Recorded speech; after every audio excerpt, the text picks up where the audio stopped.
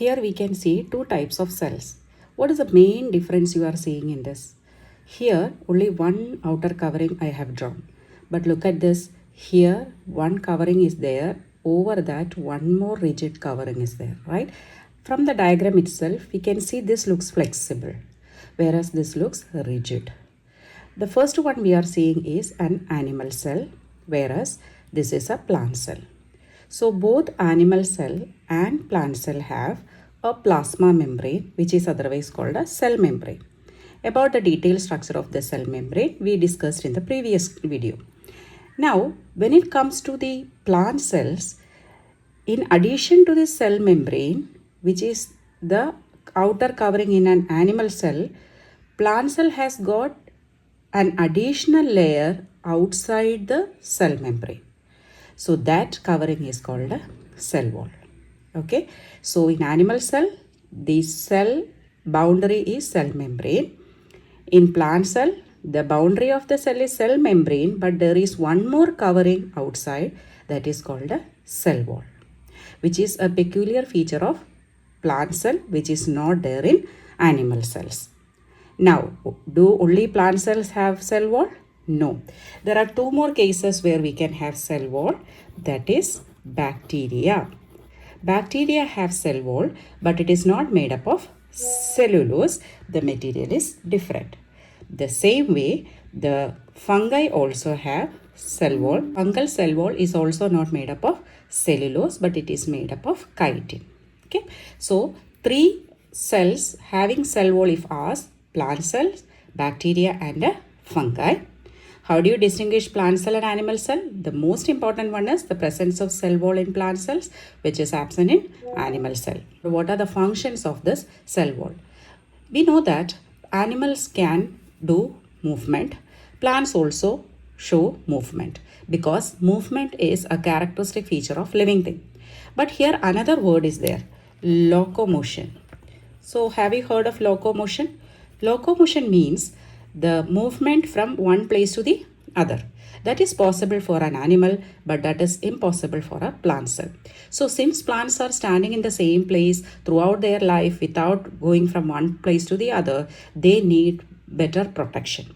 So for that, they have rigid covering of the cell wall for each cell. They don't have any skeletal system to support them. So each cell is rigid. Now let's discuss in detail the functions of cell wall. If we discuss the functions of cell wall, first, the cell wall is a rigid covering that helps plants to withstand environmental stresses like wind and rain because they cannot locomote from one place to the other. Then helps leaves and flowers to remain firm because each cell is supported by a cell wall. Maintain the shape of the cell, provides mechanical support, means the plant can stay upright. Permeability of cell wall helps in water absorption by roots. We know that cell wall is permeable to water and dissolved minerals, whereas semi-permeable membrane we learned it is selectively permeable. So the permeability will help the plasma membrane to allow the substances, selective substances to go in and out. In the previous video, we discussed what happens to the cell when it is put in a hypertonic solution or isotonic solution or hypotonic solution. If you have not learned that, please go back and watch those videos because those concepts are very, very important for you throughout the life. As long as you are learning biology, that concept is very important. So here, when an animal cell, suppose if you are putting it in a hypertonic solution, what happens? The cell will shrink because the water will move out of the cell by exosmosis. That the cell will shrink. For example, if you put your cheek cell or if you keep your RBC in salt solution, the same thing happens. But whereas in plant cells, the cell as such cannot shrink. Suppose you are seeing this is a cell wall, okay, and there is a cell membrane. If you are putting it in a hypertonic solution, water will go out of it. Okay, so as a result, what happens? The cell needs to shrink. But here, the outer covering cell wall cannot shrink. It's a rigid structure.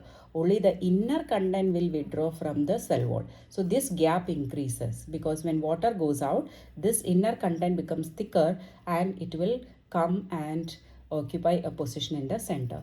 This process is actually called a plasmolysis. Due to exosmosis, the cell cannot shrink. Like in case of animal cell, the entire cell will shrink. That is not possible here. only the content of the cell will shrink away from the cell wall, and that process is called a plasmolysis. Actually, in animal cells, the cell is very flexible because they don't have a cell wall. That flexibility is required for animals to support the overall movement and functioning of the animal tissues. So we saw plant cell wall is made up of cellulose. What is cellulose? Cellulose is a complex polysaccharide or a carbohydrate. So it is made up of many individual glucose units. Many units of glucose are connected together to form a complex structure called a cellulose. When we consume plant-based food, the cellulose material goes inside our body, but it cannot be digested by our system. In such case, they act as the roughage. Roughage means nothing but the fiber. They are aiding in our digestion process. Why does a plant cell need a rigid cell wall while an animal cell does not? Plants are stationary and cannot move to escape harsh weather, heavy winds, or osmotic changes. The rigid cell wall provides mechanical strength support and protection against these external pressures. Animals are mobile and require cellular flexibility to change shape, develop specialized tissues, and move freely. What would happen to a plant cell if its cell wall became as flexible as its cell membrane? If the cell wall became completely flexible, the cell would lose its fixed sturdy shape. It would not be able to withstand heavy internal turgor pressure. If placed plain water, the cell would absorb water via osmosis until it bursts or lysis happens due to the lack of a rigid outer barrier.